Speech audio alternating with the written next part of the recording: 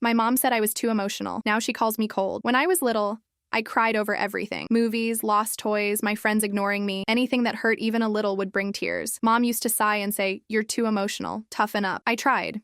I really did. But it always felt like I had too much heart and nowhere safe to put it. I remember being 10, crying because a stray cat I'd been feeding disappeared. Mom found me in the backyard with an empty bowl. "You can't save every stray," she said. "The world doesn't care about your feelings." Her voice wasn't mean, just tired, but something about it stayed with. In high school, I started keeping my emotions locked up. No more crying at sad movies.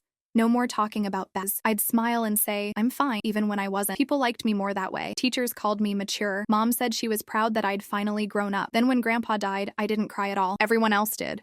My cousins sobbing, my aunts comforting them, but I just stood there, watching the casket. I wanted to cry, but nothing came out. It was like the part of me that used to feel everything had been switched off. Mom hugged me afterward. "You okay?" she asked. "I'm fine," I said automatically. She pulled back, searching my face. "You're so calm. It's strange." After that, she started calling me cold. Whenever I didn't react how she expected, she'd say, "You used to care more," or "I miss the old you." One night, I finally snapped. She was talking about how my brother never visits and how I don't call enough. "Why would I?" I said. "You told me to stop feeling everything, so I did. This is what you wanted, right?" She looked shocked. "That's not what I meant." "Then what did you mean?" I asked quietly. "Because all my life you told me my feelings were too much. I learned to bury them so you'd stop looking disappointed." Her eyes softened, but she didn't answer. For the first time, she looked small, like maybe she realized what she'd done. We sat in silence for a long time. The TV hummed in the background. I wanted to reach out, to tell her I still loved her, that I just didn't know how to feel anymore without hearing her voice in my head saying it was wrong. She whispered, "I was just scared you'd get hurt." I nodded. I got hurt anyway, just different. Now she calls every Sunday, tries to ask how I'm doing,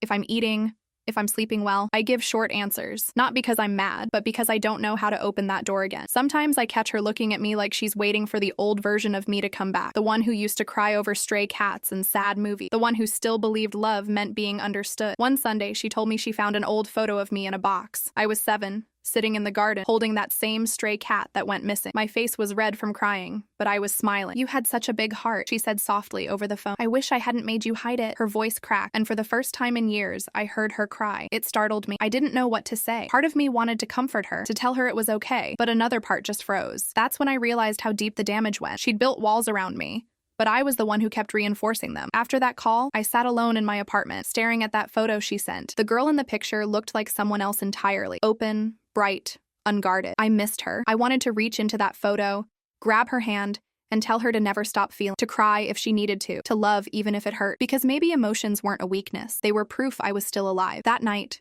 for the first time in years, I cried. Not out of sadness, but out of relief. It wasn't dramatic, just quiet tears, steady and real. And somehow it felt like my mom could feel it too, miles away.